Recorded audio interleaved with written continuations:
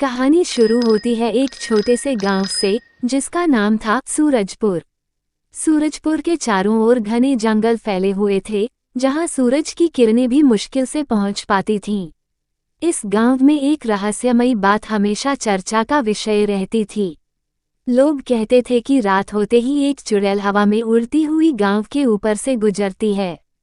वह चुड़ैल अपनी तेज चीखों और खौफनाक हंसी से सबको डराती थी। गांव के बुजुर्ग बताते थे कि यह चुड़ैल एक समय में एक साधारण लड़की थी। उसका नाम था किशोरी।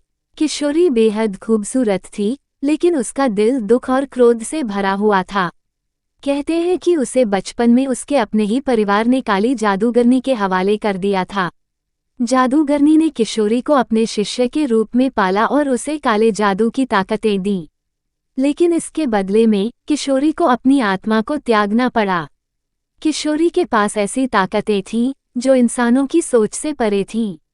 वह रात को हवा में उड़ सकती थी, जानवरों और इंसानों पर अपने जादू से काबू पा सकती थी, और जो भी उसके रास्ते में आता उसे श्राप दे देती। पर एक शर्त थी, वह केवल रात के समय ही अपनी ताकत का इस्तेमाल कर सकती थी। सूरज की रोशनी उसे कमजोर बना देती थी। सूरजपुर के लोग किशोरी से बेहद डरते थे।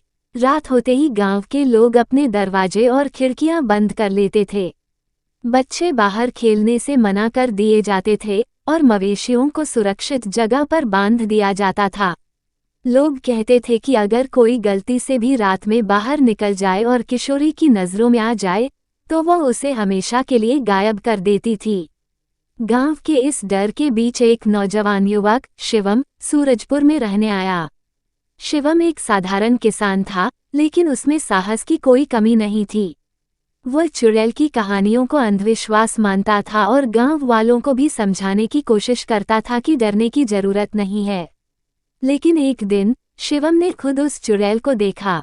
रात का समय था, चांदनी रात के नीचे शिवम अपने खेतों की रखवाली कर रहा था। तभी उसने देखा कि आसमान में एक काली परछाई उड़ रही है। वह कोई पक्षी नहीं था, वह चुड़ैल किशोरी थी। उसकी लाल आंखें चमक रही थीं और उसके बाल हवा में उड़ रहे थे। शिवम ने अपने डर को काबू में रखते हुए किशोरी से सामना करने का फैसला किया। उसने अपनी कुल्हाड़ी उठाई और एक बड़े पेड़ के पास छिप गया। जब किशोरी जमीन पर उतरी तो शिवम ने हिम्मत करके उससे पूछा, तुम कौन हो और गांव के लोगों को क्यों परेशान करती हो? किशोरी पहले तो हंसी, लेकिन फिर गुस्से में बोली, मैं वो हूँ जिसे इस समाज ने ठुकरा दिया। मैं वो हूँ जिसे अपनों ने धोखा दिया। अब मैं हर इंसान को उसी दर्द का एहसास कराती हूँ जो मैंने सहा है। शिवम को किशोरी की बात सुनकर थोड़ा दुख हुआ, लेकिन उसने कहा, दुखों का बदला लेकर तुम अपनी आत्मा को और ज्यादा दर्द दे रही हो। अगर तुम चाहो तो मैं तुम्हारी मदद कर सकता हूँ। किशोरी ने शिवम की बात पर यकीन नहीं किया। उसने शिवम को डराने के लिए अपना जादू दिखाया, लेकिन शिवम डरा नहीं। उसने पता लगाया कि किशोरी को इस श्राप से मुक्ति केवल एक विशेष जादुई किताब के जरिए मिल सकती है, जो पास के जंगल में छिपी हुई थी। शिवम ने गांव वालों की मदद से उस किताब को ढूंढने का फैसला किया। हालांकि यह आसान काम नहीं था। जंगल में कई बाधाएं थीं, खतरनाक जानवर, अजीबोगरीब जाल और जादुई धुएं। आखिरकार शिवम और गांव वालों ने उस किताब को ढूंढ निकाला। उन्होंने किताब में लिखे मंत्रों को पढ़ा और किशोरी को बुलाया।